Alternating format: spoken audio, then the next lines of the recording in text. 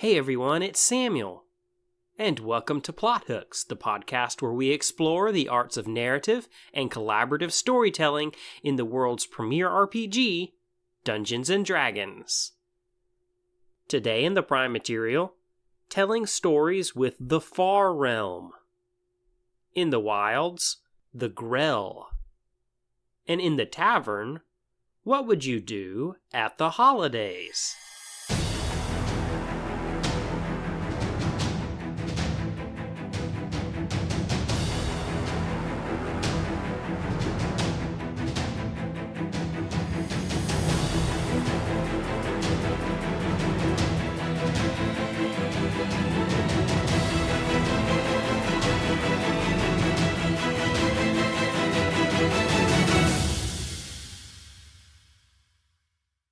Hey there, everyone.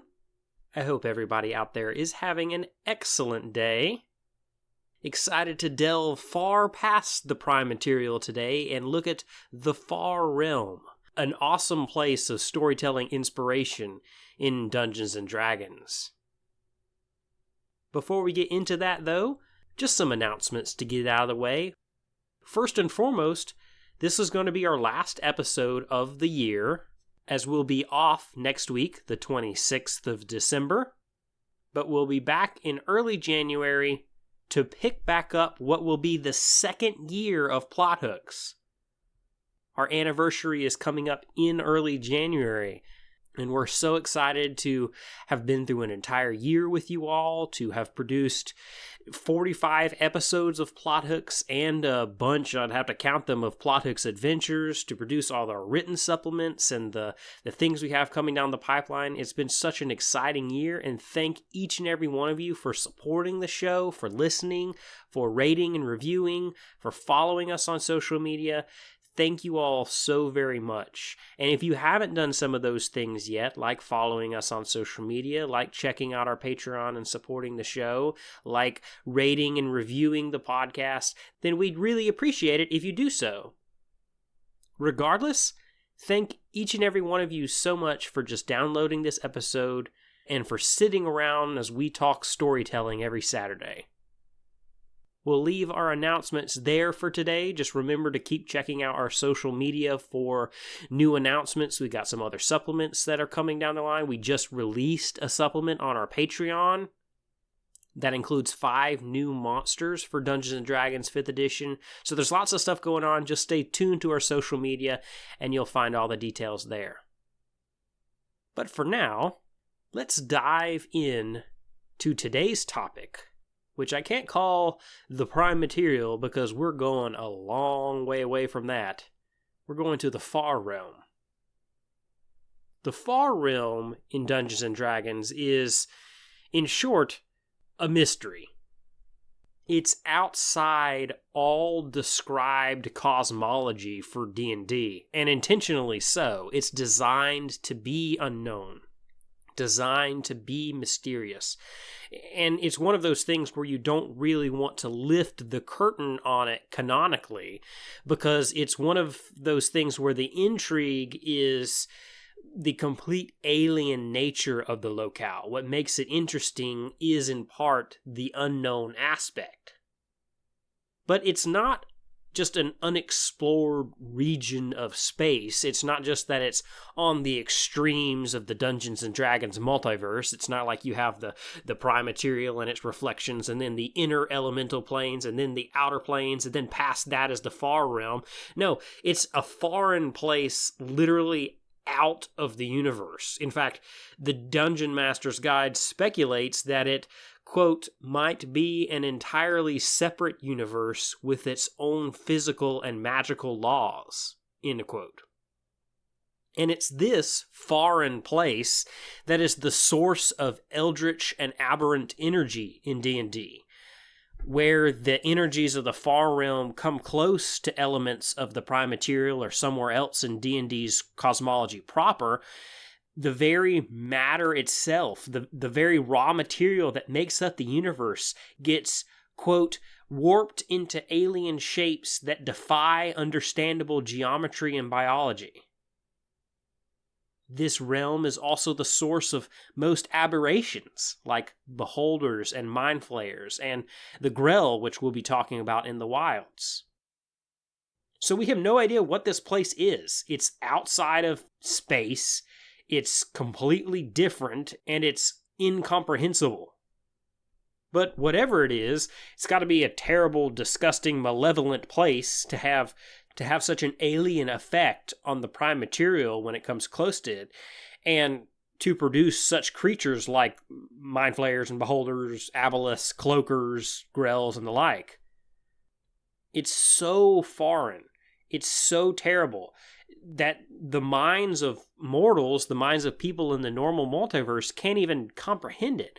And personally, I would play it to go so far as to say that even something that we traditionally think of as terrible, that we traditionally think of as fiendish and evil like devils, even they cannot stand the reality of this environment either, because it's just so contrary to anything that we experience.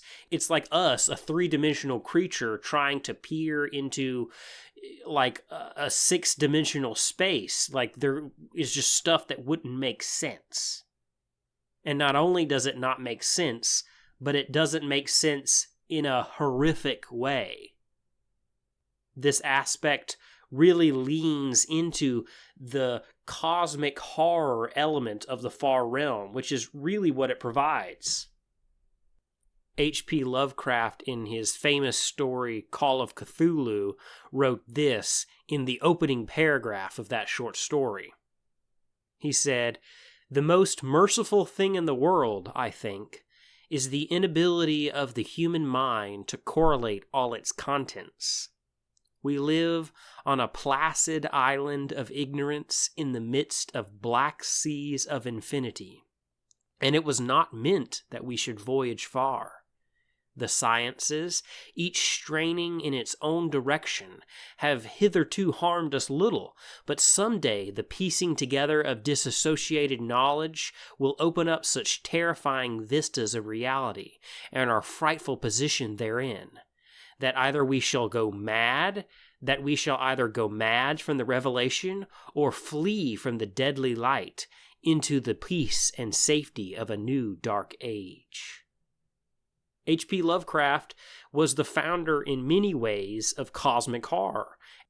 Now, there were a lot of problems with his work, most notably the blatant racism that he exhibited, so I'm not going to laud him or anything like that, but his ideas on cosmic horror shaped the way that this horror genre eventually built out.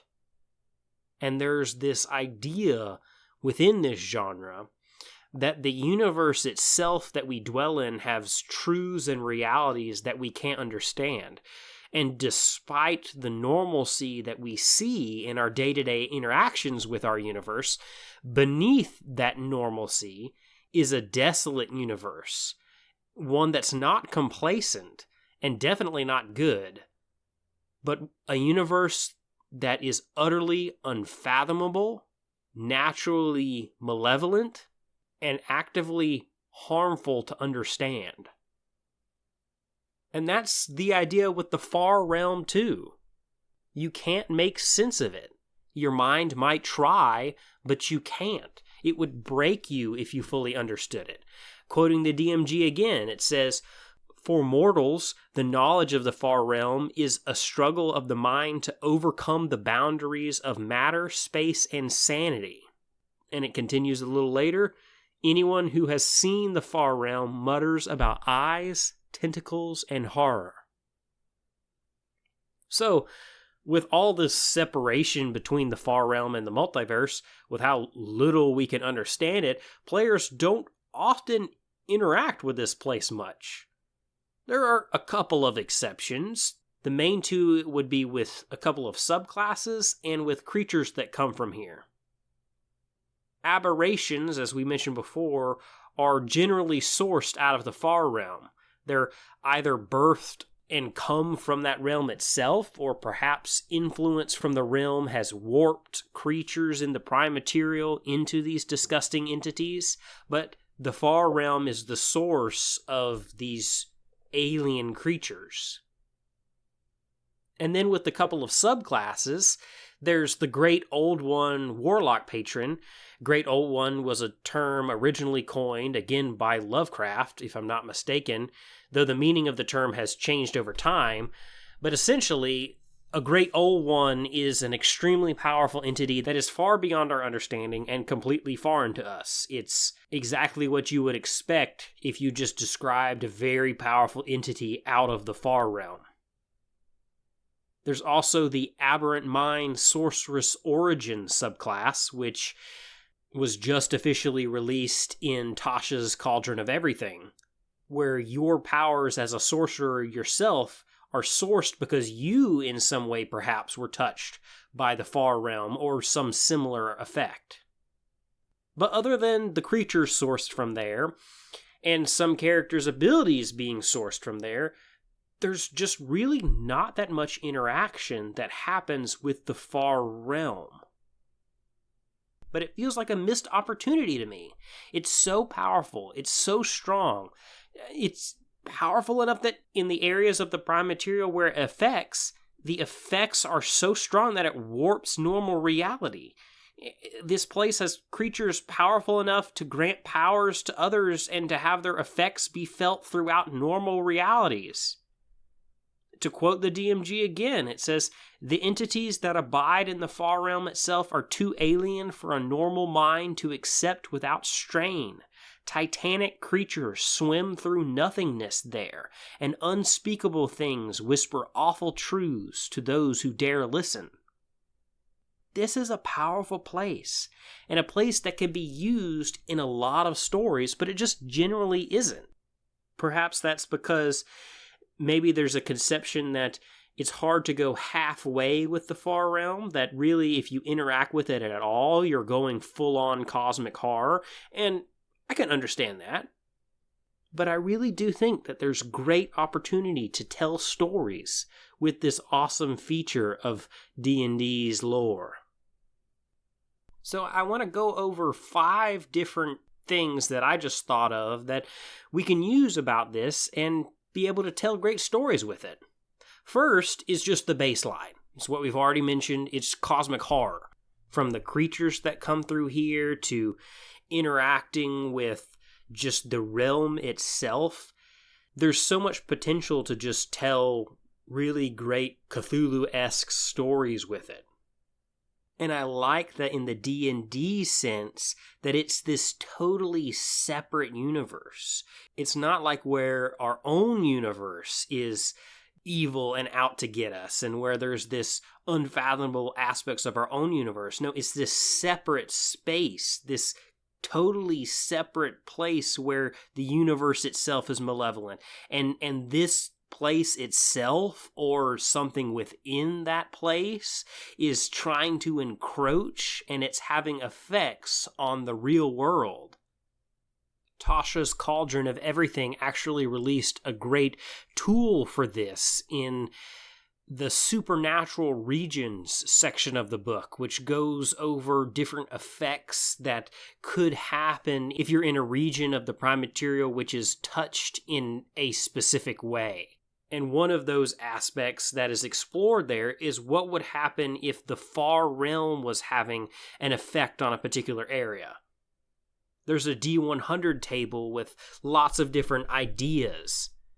The idea is if you're in an area that is touched by the far realm and something happens, such as your characters spend a lot of time there, or a person with a subclass with a particular connection with the far realm happens to do something really spectacular in this area, you can roll on this table and it has some sort of effect.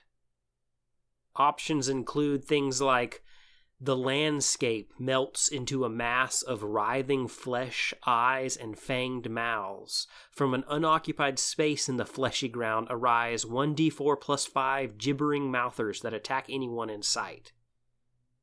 Another option is distance no longer functions in a comprehensible manner within the region. Creatures make ranged attack rolls with disadvantage, and the range of those attacks is halved. The final option I'll mention is unintelligible murmurings threaten to overcome the mind of one random creature within the region. At the start of the creature's turn, it must succeed on a DC 13 intelligence saving throw or use its action to make one melee attack against the nearest creature it can see. And if there are no creatures within reach, the target spends its action babbling. These are just options that are just placed out there for effects that the Far Realm could have if your party happens to be in a place where the Far Realm is having a greater influence. And that's cosmic horror. You can go then through a storyline about how they have to seal off this region or figure out a way to remove the Far Realm's influence, all while dealing with all these eldritch creatures and all these creepy effects and all of this scariness that is happening all around them all the time. If you want to tell a cosmic horror story in D&D, the Far Realm is just the place to look. But there are other options for telling stories here, as we've mentioned. So the second one is, what if the Far Realm is a place that has to be traversed to get somewhere else? Perhaps the Far Realm could be the nebulous space between realities. You know, some of the Far Realm stuff reminds me of the Eldrazi in Magic the Gathering, where the Eldrazi are creatures which come from the Blind Eternities. The Blind Eternities are the space in between each one of Magic's planes, each one of Magic's realities, where the planeswalkers are transferring between different realities. In order to get from one to the other, they go through the Blind Eternities. Now, they don't spend time in the Blind Eternities. They can't live in the Blind Eternities. The Blind Eternities is just kind of like going through a door.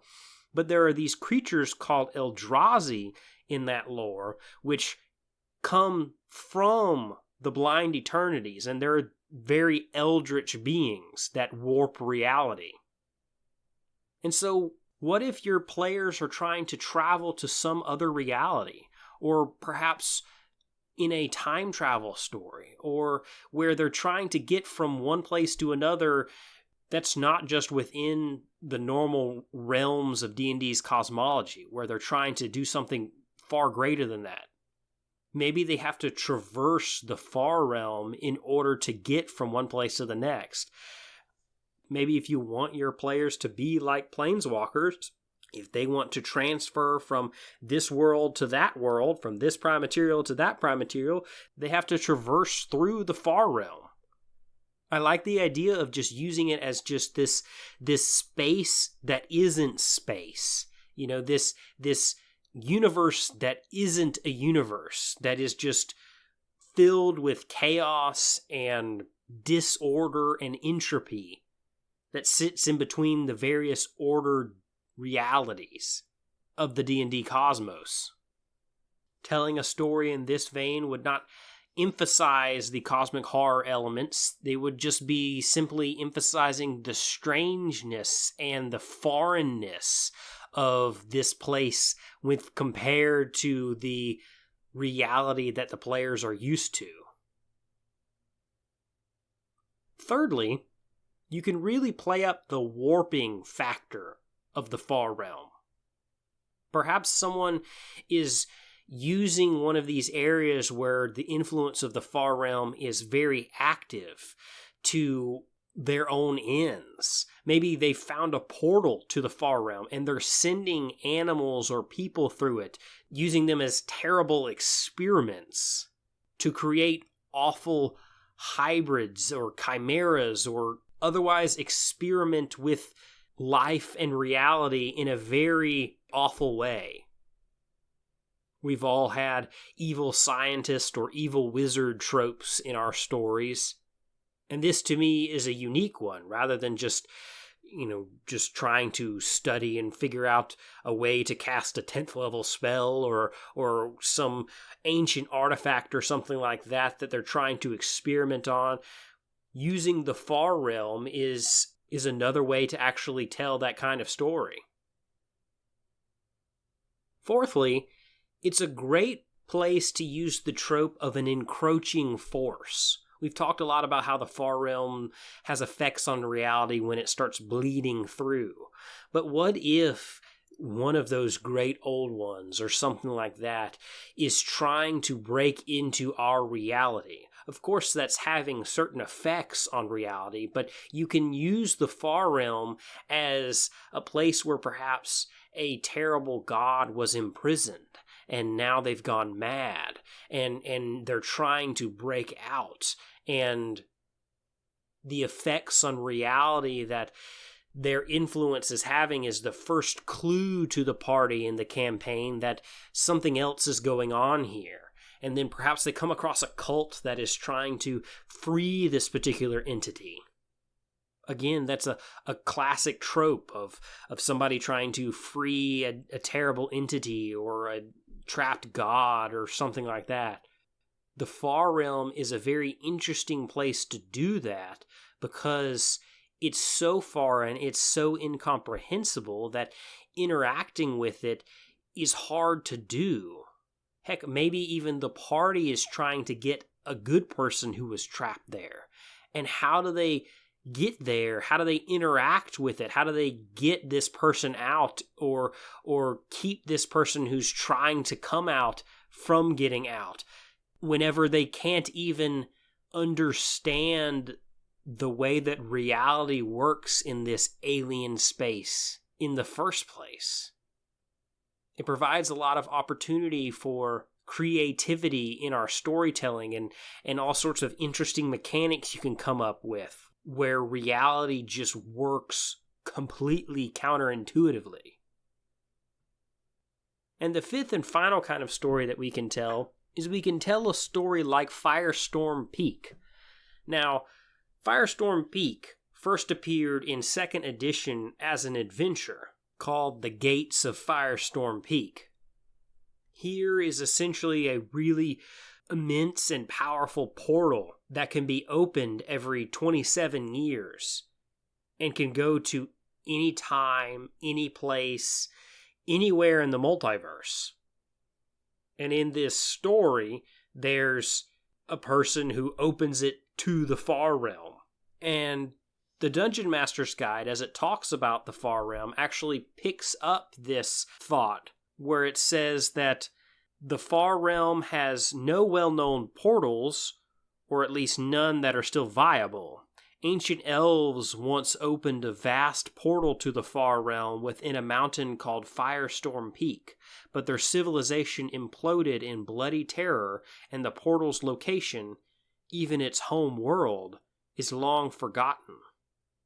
Lost portals might still exist, marked by an ancient magic which mutates the area around them. So having the players come across a place like this, or come across a ritual like this, is a really interesting way to take this. And heck, somebody's actually done on the DM's Guild a 5th edition version of this particular adventure. I haven't checked it out myself, but it's certainly an option whenever considering using the far realm in a story. But whether you want to go just full-on cosmic horror, whether you want to use it as a place to traverse to get somewhere else, or use the warping factor with somebody trying to experiment, or if you want to use it as a place where something is trapped and trying to get out, or if you have to get somebody out, or if you want to use an adventure like Firestorm Peak, we really would be remiss if we just neglected the far realm in our storytelling. And depending on how much you play up the grotesque aberrations itself, you can use it in a variety of different ways. You can end up with a lot of different tones. It doesn't have to just be cosmic horror. It can range anywhere from you can't understand this, it's incomprehensible, all the way to it's terrible and incomprehensible. But it doesn't have to be straight horrific. It could just be completely baffling and confusing, and every time the players try to interact with it, they have to make a saving throw or they take some psychic damage because they just literally can't process it. Depending on your tone, you can end up with lots of different effects. So how have you used the Far Realm in your stories? How would you like to use it? I would be interested to hear your experiences. Be sure to contact us on social media. But for now, let's head over to the wilds and look at one of these aberrations, the grell.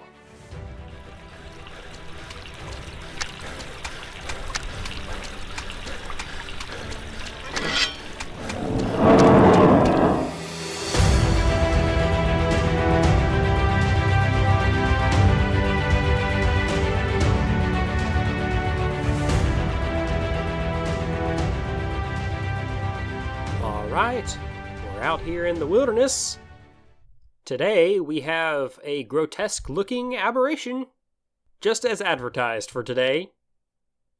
The grell resembles essentially a floating brain with a giant hawk's beak and lots of tentacles with spines coming down from it. An absolutely creepy-looking creature. They don't have any eyes. And again, they just float. Those 10 tentacles that they have just kind of drift alongside of them, and they can use them to either attack and hit something with its barbs, injecting it with a venom that paralyzes, or it could just retract those barbs so that it can hold stuff. And of course, its mouth is just this giant beak, which is attached directly to this floating brain. Mostly, they just float around underground and hide somewhere, especially like near the ceiling of a cave or something, until someone passes below and it all of a sudden comes down and tries to paralyze the creature with its tentacles and then just take it away and eat it. And it kind of has to do this because it can't really see. It doesn't have eyes, as we already mentioned. It just kind of senses things through vibrations and electrical fields. So mechanically it has blind sight of 60 feet, but it is blind beyond that radius. So it's just generally just sitting there by itself usually, although sometimes they do gather in small groups according to the monster manual. But generally, they're just by themselves, waiting to attack and devour. Interestingly, the grell have a way of characterizing other creatures into 3 categories. They refer to them as edibles, inedibles, and great eaters.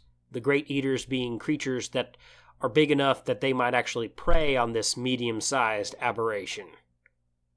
But if you are classified as an edible, such as a person, then the grell will certainly attack you, sometimes even following you around in a dungeon and waiting for the opportune moment, just so that it can feed and have its meal. Mechanically, it is a challenge rating of 3, 12 AC with 55 hit points, hover speed of 30 feet. It's immune to being blinded, prone, and lightning damage, which I suppose connects with their sensitivity to electric fields. They do have a language, the language of just grell. Their intelligence is actually 12, so these aren't dumb beasts. They're actually just beasts which are so aberrant they just can't be understood. They're just alien. Like, their physiology doesn't make sense. Everything's just completely foreign about them. And it can make for a really interesting and creepy encounter. As far as attacks go, it makes 2 each turn, one with its tentacles and one with its beak. And the beak is nothing special, it's just a +4 to hit, 2d4 plus 2 piercing damage. The thing that's really interesting about this creature is its tentacle attack, which forces the target to make a DC 11 Constitution saving throw if it hits. And if it fails that save, it's poisoned for 1 minute and it's paralyzed while it is poisoned. Now, the saving throw can be repeated at the end of each of the poison creature's turns, but until then, it's paralyzed and grappled and restrained if the target is medium or smaller. And as the grell moves, the target will actually move with it. And this really goes into just a great ambush element of using these. They can just be following a party around through the Underdark. And all of a sudden, the person who happens to be sitting in last in the marching order gets an attack where these tentacles wrap around them and they're paralyzed and the grell starts dragging them away. This isn't incredibly dangerous when you're talking about just one, but if you do have a group, this could be really formidable. And if they happen to do it in a really stealthy manner, the party can turn around and all of a sudden they're just missing the person who was back in the line. I also like the idea of adding a particular feature where while the target is grappled, it's actually harder to do damage to the grell itself because it's wrapping all around this particular creature that it has in its tentacles. Maybe that's adding AC to the grell. Maybe damage that the grell takes is halved and half of it goes to the creature that it's grappling. But if you're looking to power the grell up a little bit and just add to that flavor, then that's another option to do that as well. But the main place that I really see using these is with just ambushes in the Underdark. And it doesn't have to just be of a party. The party could be in a dwarven mining city, and all of a sudden the mayor of the town comes to the party and is like, look, we've been losing people at night, and the party has to investigate and come to find out that there's this grell wandering around and picking off people that are alone as they go around at night. When you do setup work for stories like that, it can add real intrigue to those types of encounters, rather than just having a combat encounter where it ambushes the party by itself. I also really like the fact that they're intelligent. I like the idea of being able to use a grell in a sympathetic sense. Of course, these are aberrations, and they're from the far realm, and they're supposed to be utterly incomprehensible, but they are intelligent. And perhaps there's a group of grell that have been away from the far realm for long enough where maybe they've even interacted with one of those underground towns, and maybe a couple of them have learned to speak common, or maybe your party has a way of communicating with them. And maybe your party's trying to retrieve something that, because the grell only care about eating the entity. Maybe there's a lot of magical items or some sort of discard pile that the party is looking for a particular item in that is essentially just the grell's trash heap from all the stuff that they didn't actually eat off of the creature. Maybe they can just communicate with the grell, and it can be an interesting role play encounter with this incredibly creepy tentacled brain beak thing. I'm always a fan of role play encounters whenever it's a creature that doesn't look like it should be role played with. It really subverts expectations and gives you a good opportunity to tell stories. But I think for now, that's about enough of the far realm for today, so let's head back over to the tavern, get some refreshment, and look at a little bit of a lighter plot hook.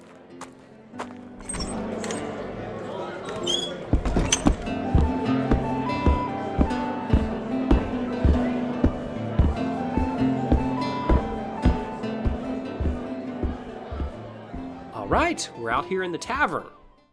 Today's plot hook: what would you do at the holidays? Again, taking a step away from the far realm for a lighthearted question. As we record this, we're a little bit over a week away from Christmas. We're in the peak of the holiday season. This is, as I mentioned earlier, our last episode of 2020 before we go through the rest of the holidays and New Year's.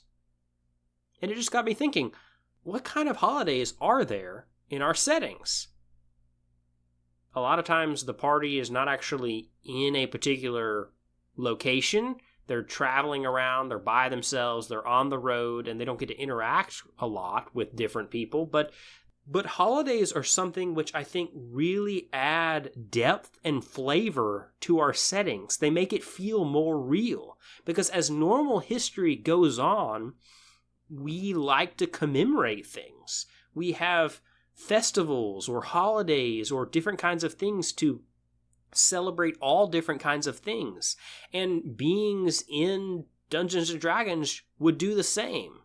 There's some official holidays, of course, that you can find like on Faerun and stuff, but there's lots of different ones that you could come up with yourself. Just looking at real life, there's historically lots of traditional festivals and holidays that celebrate specific times of year, like a harvest feast or a celebration on one of the solstices. There's also, naturally, celebrations of momentous occasions, things like winning an important battle, defeating a certain foe, becoming a new nation, the birth of a particular important figure. And each one of these options allow you to build in some special lore and give you an opportunity to tell stories. I think we forget about holidays a little bit too much. Of course, when it comes to these specific winter holidays, as we're in this particular season, the biggest natural point is the winter solstice. That is essentially the shortest day of the year. It's the time where whatever hemisphere you're on whatever planet you're on, gets the least amount of sun. And it's a momentous occasion because every day until that point, from the middle of the summer solstice on, for that 6-month period, each day has had slightly less light. You've been going down in the amount of light that you've been having. But after the solstice, for the next 6 months, you're going up. Each day you have slightly longer times between sunrise and sunset. And it can be a big traditional turning point. A celebration, perhaps, of what's new. Maybe that corresponds with New Year's in your setting. Maybe it corresponds with a time of rebirth. Maybe it connects with like the god Lathander or something like that in your particular setting. And of course, every setting has lots of momentous past occasions. Come up with some festivals that commemorate these. And sometimes it can just be something entirely unique. In Carrick, for instance, there's a couple of towns that are neighboring of each other. One is called Vigil and one is called Markov. And they have a little bit of a friendly rivalry because one is very known for being very kind of laid back and has a thriving barrel industry, nice coastal town. And then there's Markov, which is a town literally partially carved out of a mountain. It's a very hardened place, originally founded by orcs. And while they're very friendly with each other, they have this rivalry, this good-natured ribbing that they do of each other, about who's better, about what lifestyle is better. And they have a yearly festival where they come together, they meet halfway along a road that goes between their two cities, and they actually have like contests, like almost like the Olympics, but not just sport, all sorts of different contests where they just enjoy each other's company, have this festival, and compete to see who's best for that particular year. And coincidentally, that actually takes place on the winter solstice in Carrick. So just little things like that can create interesting story points and interesting landmarks in the mind of your players as just time is passing. Let's face it, sometimes it can, between long rests and time spent walking, the amount of time that passes is sometimes a little difficult to track and a little bit difficult to wrap our heads around. But that can be something that can really help. It can provide an anchor point for our players. It can provide just a nice time of levity where they get to actually just go to a New Year's Eve celebration and it's a natural break episode in your campaign without having to just throw a carnival in the middle of nowhere for the players to actually have that. And it can be a great opportunity just to add flavor to your world.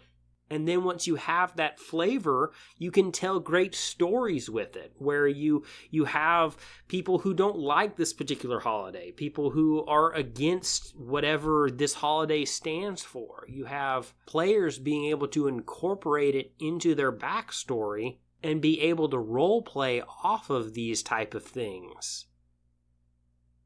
So all in all, I find having holidays in your settings and in your stories can provide a lot of great story opportunities. But for now, I think it's about time to wrap up this week's episode of Plot Hooks. Thank you all very much for listening. Be sure to check out our social media. Be sure to check out Oath of Destiny on the DMs Guild. Check out our Patreon. And as always, thanks for listening from me, Samuel, and all of the Plot Hooks team. Becca, Zach, Dave, Steve, Mike, Matt, and of course, Podcast Pupper Ellie. We'll see you all again in a couple weeks in 2021 for another episode of Plot Hooks. Always remember, everyone can be a storyteller.